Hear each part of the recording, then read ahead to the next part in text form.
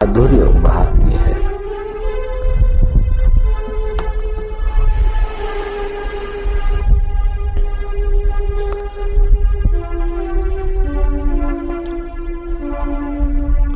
एक बार भगवत रस आ जाए, भगवत शांति में थोड़ी विश्रांति मिल जाए तो फिर मन बार बार उधर को लपकता है। फिर कई बार ऐसा होता है कि एक बार मिल गया, फिर थोड़े दिन साधना हुई, फिर मन नहीं लगा, फिर भटक गए, क्योंकि अशुद्ध खान पान हो गया, अशुद्ध संग हो गया, अशुद्ध कर्म हो गए, शरीर में नस नाड़ियों में कुछ पाप का अन्न अथवा पाप पदार्थ का असर हो गई। तो व्रत उपवास करके जुलाबा दे, लेकिन नाड़ियां शुद्ध कर ले और फिर ध्यान भजन में लग जाए। एक बड़े अच्छे जाने माने साधु थे। सेठ ने बड़ा आग्रह करके उस साधु को अपने घर बुलाया। स्टेशन मास्टर और सेठ आपस में मिलकर कुछ करते थे। रेलवे में जो अनाज भेजा जाता था उसमें से भारी महंगे चावल के कुछ बोरे स्टेशन मास्टर हड़प करवा लेता था और सेठ को आधे मूल्य में बेचता था। सेठ को पता था कि ये माल चोरी का है। उस सेठ ने साधु बाबा को बुलाया, खीर बनवाई खूब बढ़िया। साधु बाबा ने खीर खाई उसी चावलों की जो बढ़िया चावल आए थे चोरी के। साधु बाबा ने खाए। आराम करने के लिए सेठ के कमरे में व्यवस्था कर दी। सेठ ने देखा पैसे पड़े, लेकिन संत महात्मा मेरे गुरु पड़े हैं, बाद में जाके गिनूंगा, अभी उनकी नींद खराब ना करूं। बाबा ने तो करवट ली, देखा इधर उधर क्या है, तो देखा चादर हटाई तो वो थप्पियां पड़ी है, 100 के बंडल।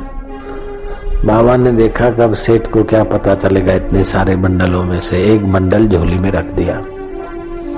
10,000 रुपए थे, कोई ज्यादा तो थे नहीं।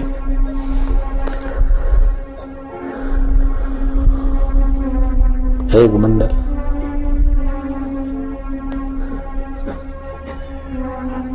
500 बंडलों में से एक बंडल रख दिया तो क्या फर्क पड़ता है।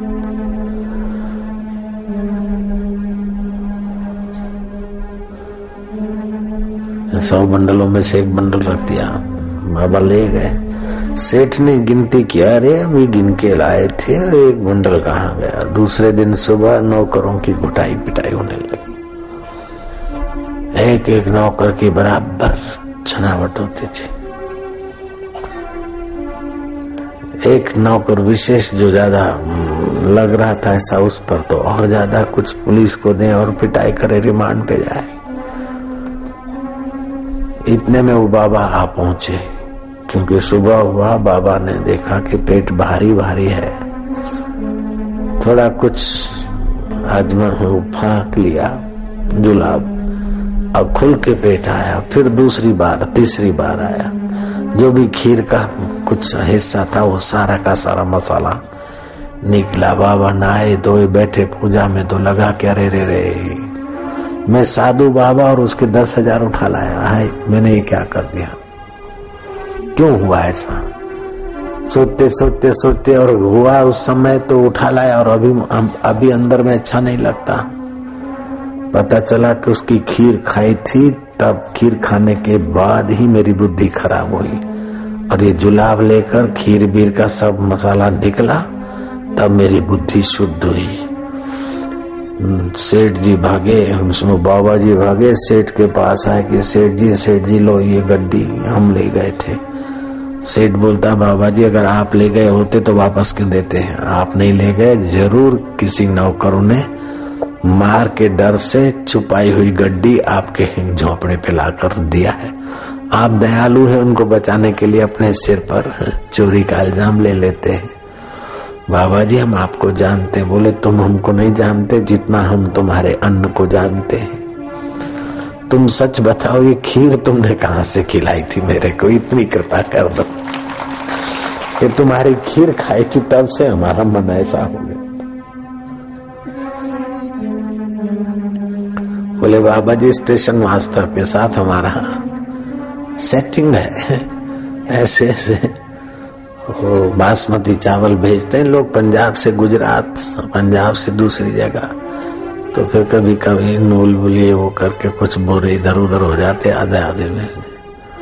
बाबा ने कहा धर तेरी के तेरे चोरी के अन्न ने मेरे मन में चोरी ला दी। अन्न बिगड़े तो मन बिगड़े, पानी बिगड़े तो वाणी बिगड़े। अन्न उचित, अन्न में 4 औचित्य चाहिए। एक तो अपने हक का हो, दूसरा वस्तु की शुद्धि हो।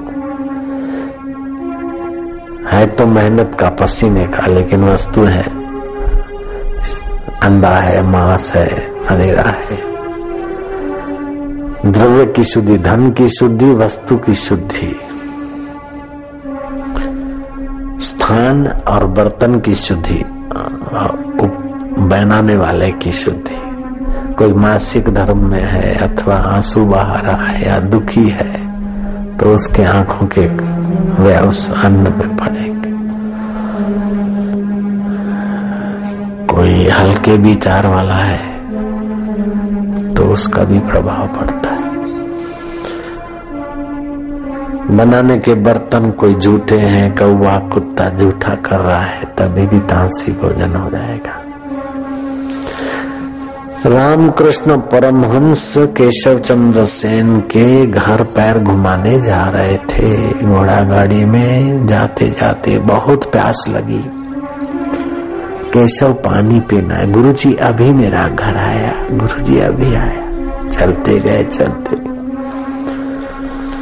फिर थोड़ा समय बीता। केशव प्यास लगी है, कंठ सूख रहा है, गुरुजी अब सामने दिख रहा है। उस संत ने 30